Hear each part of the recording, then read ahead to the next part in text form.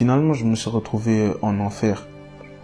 Mais quand je vous dis en enfer, c'est pas des jeux, genre c'est vraiment réel. Donc ça veut dire que souffrance. Mais non, le mot douleur, le mot souffrance, ça peut même pas qualifier l'enfer. C'est trop, c'est trop. Je criais Jésus. Il n'y a pas de présence de Dieu, ça sonne vide. Je criais pardon, pardon. Ça sert à rien, ça change rien, t'y es déjà. Le temps, il passe pas. 1 seconde, 2 secondes, comme là, je suis avec vous, je parle. Le temps ne passe pas, tu peux pas compter les secondes. 1 seconde, peut-être c'est 100 ans. Il n'y a pas de temps. Et donc, j'étais là. J'étais en train de souffrir, je criais, j'avais des ondes bizarres, j'implosais, je comprenais pas. En fait, c'était mon âme, mais je comprenais vraiment pas, c'était une douleur inqualifiable. Et maintenant, je vois ma mère en train de prier pour moi la nuit et pleurer. Il faut savoir que chaque larme qui coulait du visage de ma mère, ce que j'ai payé pour ça, c'était trop. C'était vraiment trop.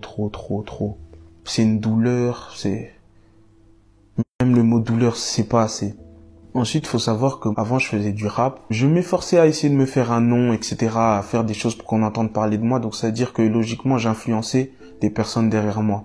Et maintenant, chaque personne, on va dire que j'ai influencé, j'ai payé pour ces personnes-là. Chaque personne qui voulait m'imiter, j'ai payé pour ces personnes-là.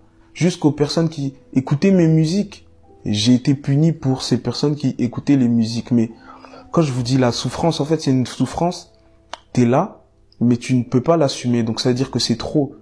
T'es là, parce que tu peux pas t'échapper, mais t'es en saturation, c'est impossible. Ce n'est pas fait pour les hommes. L'enfer, ça a été créé pour ceux qui ont conspiré contre Dieu, pour Lucifer et les démons, les anges déchus qui ont conspiré contre Dieu. C'est fait pour des créatures spirituelles, si je puis dire. C'est pas fait pour nous, les hommes. On peut pas assumer ça. Après tout cela, je me sens tout simplement revenir à moi-même. Je reviens dans mon corps, dans l'appartement où j'étais de base. Et il faut savoir, mes potes qui étaient avec moi là, ils m'avaient allongé sur un lit. Ils s'étaient positionnés tous autour de moi.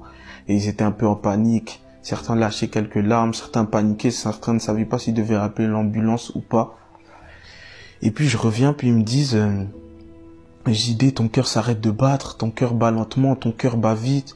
Qu'est-ce qui se passe, gros? Tu fais un arrêt du cœur? Qu'est-ce qui t'arrive en fait? Et moi en fait, quand je suis revenu à moi-même, j'avais une révolte. Et en fait, j'étais clairement énervé. J'ai commencé à leur crier dessus. Je leur disais, c'est pas un arrêt du cœur que je suis en train de faire, c'est un arrêt de l'âme. Et je faisais que leur crier dessus.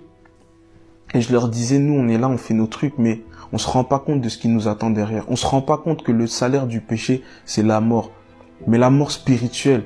Et la mort spirituelle, c'est pire que la mort physique. Et faut savoir, en fait, je faisais des allées-venues. Je faisais vraiment des allées-venues.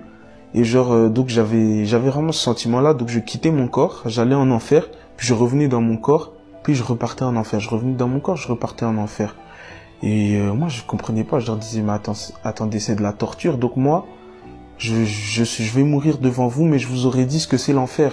Donc moi, je vais être l'exemple, la leçon pour tout le monde. En fait, j'étais vraiment révolté. Je leur disais, vous pouvez pas aller où je suis. Vous pouvez pas aller là-bas. C'est pas fait pour nous. C'est impossible. Donc moi, je leur criais dessus. Puis d'un coup, ma langue a commencé à brûler. Comme s'il y avait une lueur qui était dans ma bouche. Et ça sortait tout seul. C'est pas moi qui parlais. Et ils m'ont dit qu'apparemment, ce que je leur disais, c'est que je prêchais, je les exhortais. Moi, j'étais un type, je lisais pas la Bible. Je lisais très rarement la Bible, même si je l'ai jamais lu de ma vie avant.